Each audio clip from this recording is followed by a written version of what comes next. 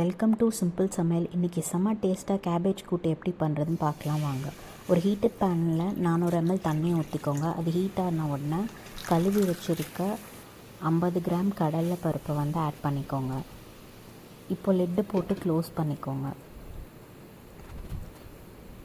2-3 minutes நல்லா வேகட்டும் அந்த கடலைப்பருப்பு.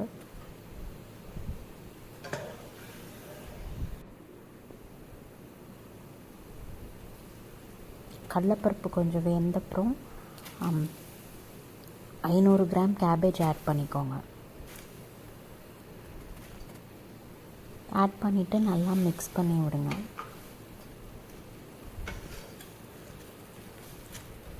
ஈவனாக அப்போ தான் குக் ஆகும், அதனால் நல்லா கிளறி விடுங்க.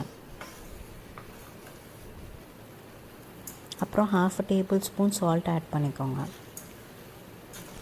சால்ட் ஆட் பண்ணிவிட்டு திருப்பி நல்லா சாட்டே பண்ணி விடுங்க. அந்த தண்ணி இருக்குல்ல, அந்த தண்ணி வற்றுற வரைக்கும் நம்ம குக் பண்ணணும். ஒரு 3 to 5 மினிட்ஸில் தண்ணி வற்றிடும்.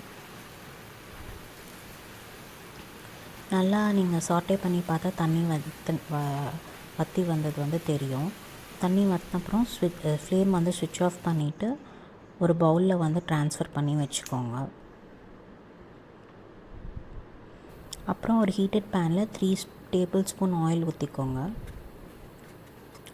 ஆயில் நல்லா ஹீட் ஆன அப்புறம் 1/2 ஸ்பூன் கடுகு போட்டுக்கோங்க, 1/2 ஸ்பூன் உளுந்து போட்டுக்கோங்க. அது நல்லா பொரிஞ்சு வந்தப்புறம் 6 பச்சை மிளகாய் ஆட் பண்ணிக்கோங்க.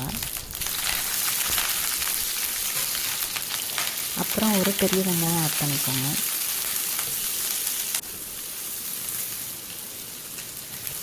இது நல்லா ஒரு நிமிஷத்துக்கு சாட்டே பண்ணிக்கோங்க. அப்புறம் நம்ம ஆல்ரெடி குக் பண்ணி வச்சுருக்க கேபேஜை ஆட் பண்ணிக்கோங்க. நல்லா ஒரு 2 மினிட்ஸ் நல்லா சாட்டே பண்ணிவிடுங்க.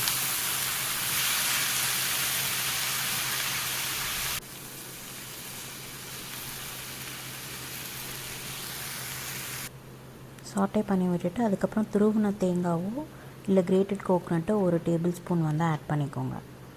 நல்லா மிக்ஸ் பண்ணி விடுங்க. அதுக்கப்புறம் ஸ்டவ்வை ஆஃப் பண்ணிவிடுங்க. தேங்காய் குக் ஆகணும்னு இல்லை. அப்புறம் பவுலில் ட்ரான்ஸ்ஃபர் பண்ணிவிட்டு இது நல்லா காரக்குழம்பு, புளிக்குழம்பு இல்லை ரசம், ரைஸ் இது கூட வேணால் சர்வ் பண்ணி சாப்பிட்லாம்.